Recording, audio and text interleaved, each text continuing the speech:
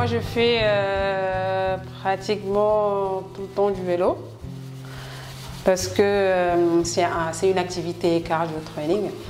Et la particularité de ce sport, c'est qu'il n'y a pas d'âge et c'est accessible à tous. Ça travaille le cœur, les jambes, les cuisses. Donc voilà, j'adore faire du vélo, quoi.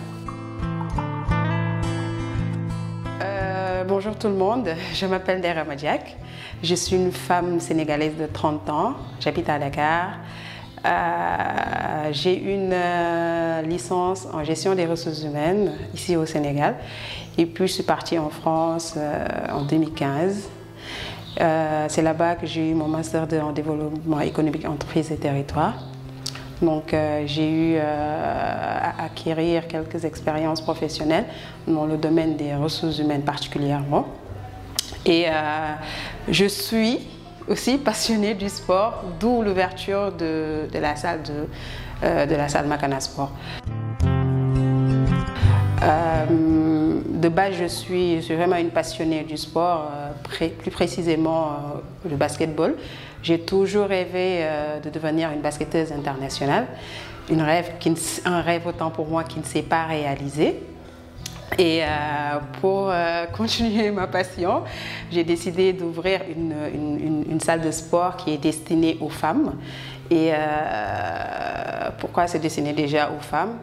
Quand je suis rentrée au Sénégal, j'ai vu qu'il y avait beaucoup de salles de sport mixtes et je voyais de temps en temps des femmes qui voulaient faire du sport, mais qui se sentaient gênées avec la présence des hommes. Donc c'était un peu, on va dire, c'était un complexe où surtout les femmes mariées, c'était pas du tout ça. Donc je me suis basée sur ça pour créer cette salle où elles seront toutes à l'aise, elles pourront s'entraîner sans être complexées et voilà. Il y a un coach qui est là en fonction des disponibilités des clientes. Donc vous pourrez faire tout ce qui est vélo, tapis, de la boxe, du yoga, cardio. Pour le moment c'est ça. C'est des activités qu'on peut faire ici. Je fais également de la vente des tenues et accessoires de sport. Moi également, je peux coacher les clientes. Et j'ai eu un coach, c'est vrai, parce que en fait, il est flexible. Donc, il y a d'autres coachs qui te diront, oui, moi je suis disponible de telle heure à telle heure, alors que lui, il peut s'adapter aux disponibilités des clientes. Donc, c'est plus facile avec lui. C'est vrai que tout début est difficile, mais quand même, j'ai eu des clientes fidèles qui viennent, par exemple, à l'heure de leur pause ou à la descente. J'invite les femmes sénégalaises à venir faire du sport.